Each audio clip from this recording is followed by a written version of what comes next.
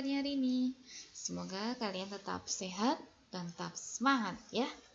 Baiklah anak-anak, bertemu kembali dengan Bu Maya dalam pelajaran prakarya kelas 8. Oke, pada bab yang pertama di semester 2 ini kita akan belajar tentang kerajinan limbah keras. Oke, yang kita pelajari pada bab ini yang pertama adalah tentang pengertiannya, jenis-jenisnya, cara pengolahan limbah keras, dan yang terakhir adalah karya yang bisa kita ciptakan dari kerajinan limbah keras. Oke anak-anak, jadi Bu Maya harap pada bab ini kalian bersungguh-sungguh, kemudian kalian persembahkan karya terbaik kalian. Oke, yang pertama, apa sih limbah itu ya anak-anak ya? Dalam kehidupan sehari-hari, kita ya manusia itu adalah penyumbang limbah terbesar di bumi ini. Nah, kenapa? Karena hampir setiap saat kita menghasilkan limbah.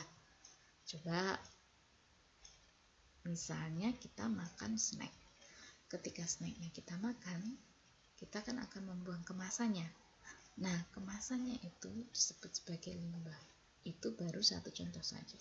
Masih banyak sekali contoh-contoh yang lain yang termasuk dari hasil limbah kita. Oke. Nah, limbah adalah buangan. Nah, yang perlu digarisbawahi ini anak ya. Buangan yang dihasilkan dari suatu proses produksi baik industri maupun domestik. Jadi yang sudah tidak digunakan lagi. Itu bisa disebut sebagai limbah. Oke. Limbah dikelompokkan menjadi 3 anak-anak. Yang pertama adalah berdasarkan wujudnya. Ada limbah gas, cair, dan padat.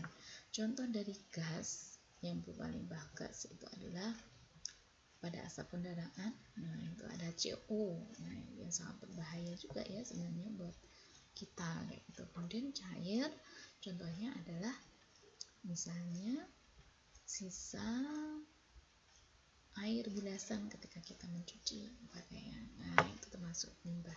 Kemudian padat tadi seperti yang Bu Maya katakan di awal. Contohnya adalah kemasan plastiknya. Nah, itu termasuk padat.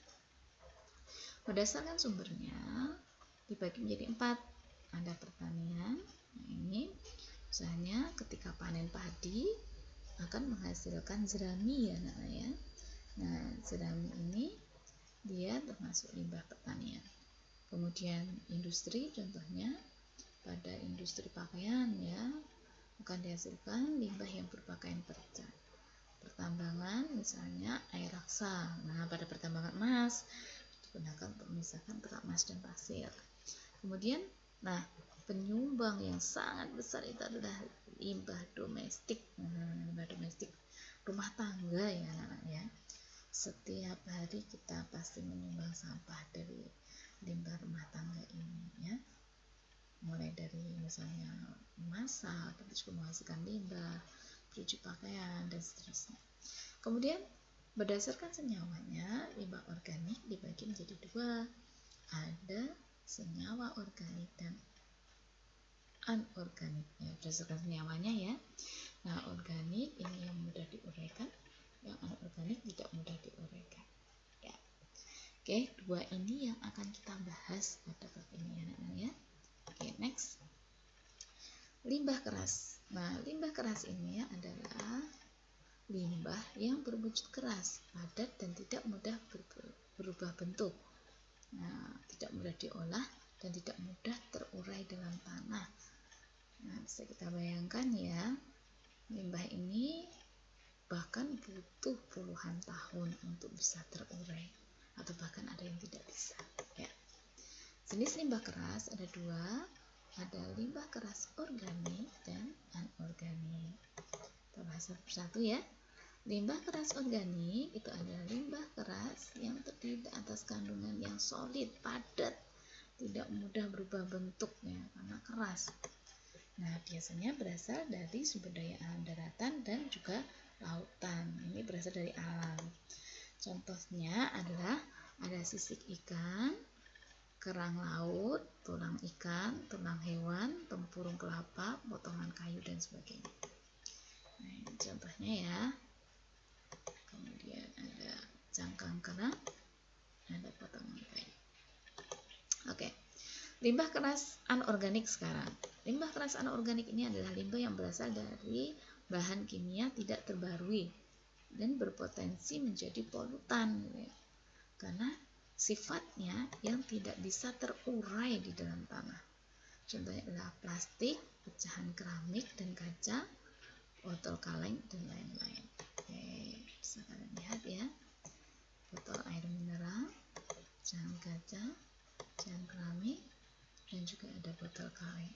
Nah, ini termasuk limbah yang sulit diuraikan. Nah, sekarang bagaimana cara pengolahannya? Sebenarnya ada 3 ya, Nak ya. Yang pertama adalah reduce atau mengurangi. Kita bisa meminimalisir barang yang kita gunakan. Misalnya, ketika kita berbelanja ke warung atau ke supermarket, kita bisa membawa kantong belanja sendiri dari rumah, sehingga akan mengurangi penggunaan plastik yang akan menjadi limbah. Oke. Kemudian yang kedua adalah reuse atau menggunakan kembali. Misalnya, kita lebih baik menggunakan botol air, ya, daripada botol air dari rumah ya sendiri, gitu ya, daripada kita membeli air mineral yang kemasan misalnya. Nah, ini akan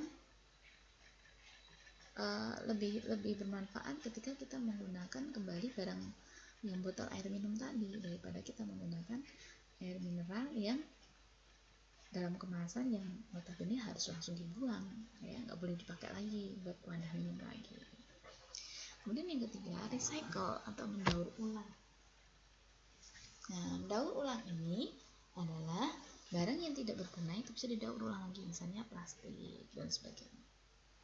Nah, penggolongan limbah keras organik berdasarkan wilayahnya dibagi menjadi, yang pertama, daerah pesisir atau laut. Contohnya adalah di sana banyak cangkang kerang ya, Nak ya, tempurung kelapa, sisik ikan, tulang ikan. Nah, ini banyak sekali terdapat di laut dan itu tidak digunakan lagi, ya. Kemudian daerah pegunungan, limbah kayu pinus, misalnya ada bunga pinus itu ya, bisa digunakan untuk membuat karya juga. Kayu akasia, kayu kamper. Daerah pertanian ada tulang sapi, kerbau, ayam, tulang ikan. Nah, pertanian atau peternakan maksudnya ya. Nah, kalau yang yang dari tanaman misalnya jerami gitu ya. Itu kalau jerami itu termasuk keras ya, termasuk lunak ya. Yang keras itu tempurung kelapa. Oke, daerah perkotaan ada pecahan keramik, pecahan kaca, dan potongan logam. Oke anak-anak, pada kesempatan ini kita cukupkan sekian dulu ya yang kita bahas pada hari ini. Semoga bisa bermanfaat, semoga menjadi awal yang baik bagi kita untuk menyelamatkan bumi. Oke, selamat belajar. Kemudian stay at home.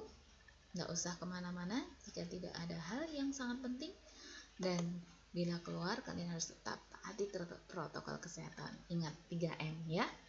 Kemudian selalu bahagia agar imun kalian tetap terjaga. Oke anak-anak, semoga bermanfaat dan selamat berjumpa kembali pada minggu depan. Wassalamualaikum.